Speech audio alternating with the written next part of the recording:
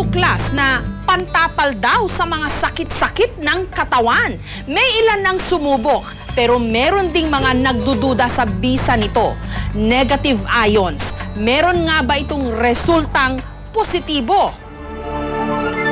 6 na buwan lang si Baby Rupert nung nagkaroon siya ng tinatawag na scalded skin syndrome. Matinding sakit sa balat kung saan namumula at nalalaglag ang balat sa kanyang buong mukha at katawan. Pagdating ng 2 days, dinala ko sa pedya. Sabi ng pedya, ay kailangan ito ay dalhin sa ospital para maswiruhan. Nangamba ang kanyang mga kamag-anak na baka hindi na siya gagaling pa. Pero makalipas ang 1 taon, heto na si Baby Rupert. Masayahin. At higit sa lahat, flawless. Ang nagpakinis daw sa kanya, sanitary napkin na may negative ions. Wala naman daw masama kung sinubukan nila ito, lalo ba't 10 piso lang kada piraso. Tinatanggal lang nila ang negative ion strip sa sanitary napkin. Pagkatapos, itinapal sa sugat ni Baby Rupert. Makalipas lang daw ng 1 linggo, unti-unti nang kuminis di umano si Baby Rupert. Sa internet, may pag-aaral na nagsasabing may natural daw na kakayahan na magpagaling ng iba't ibang klase ng sakit, ang tinatawag nilang negative ions.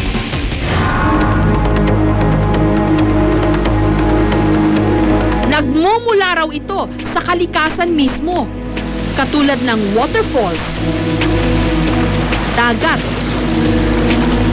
at bundok. Meron din daw negative ions ang katawan ng tao.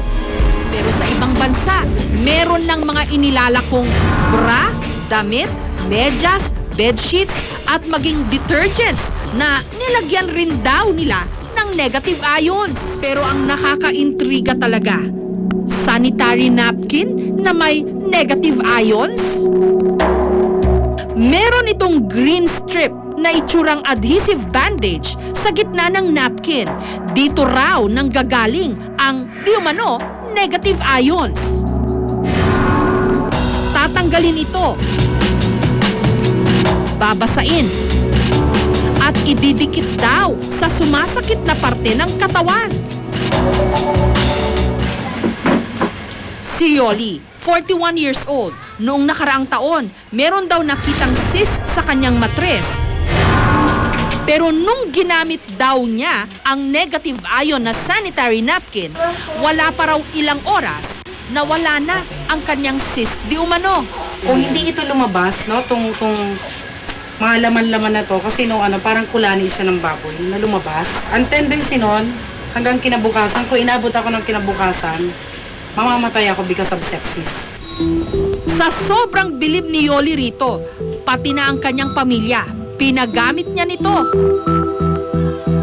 Kapag sinisipon daw ang kanyang mister, pinapasinghot niya ng negative ion na napkin. Tinatapalan din niya ng napkin ang idinadaing na bahagi ng katawan ng kanyang junior, kasi hodang hindi ito kaaya-ayang tignan. Nung una, ina-alaskas nila siyempre. Yak! Ano yan? Napkin! Pero na na-try nila, lahat sila ngayon nakaano. Kaya naman para makaiwas daw silang lahat sa sakit, tinadtad ni Yoli ng negative ion strips ang kanilang buong bahay.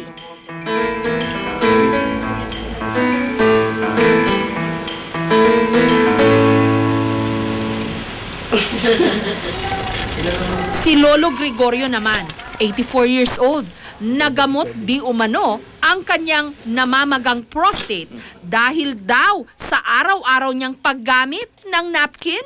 Marami kasi nagpayo na nakakatulong yan sa mga may depresya sa prostate. Kaya ang ginawa ko, gumamit rin ako. Dahil sa aming narinig, lalo kaming naintriga. Sinadya namin ang tanggapan ng distributor ng sanitary napkin na meron daw negative ion. Taong 2006 nung naimbento raw ito sa China. Pero noong nakaraang taon lang sinimulang ibenta dito sa Pilipinas. So na they came up with all the researches. Doon sa small strip na yun, nilagay nila sa napkin. And since they're in the business of napkin, yun na rin ang ginamit. And it's patented.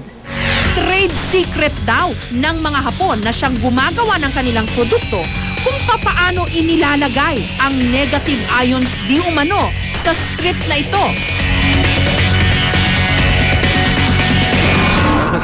Hindi mo pa Ipinakita rin nila ang kanilang strength test para raw patunayan na may enerhiya Okay. ang kanilang napkin. 1, 2, 3, go. Go. Okay, madali lang siya. Okay, this is what we call strength test. Zip lang, zip. Konting zip lang. 1, 2.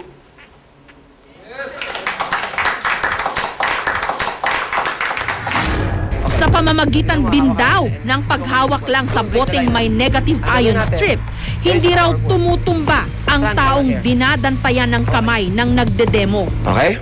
1, 2, 3, go. Yes, pag tinanggal mo, tanggalin mo.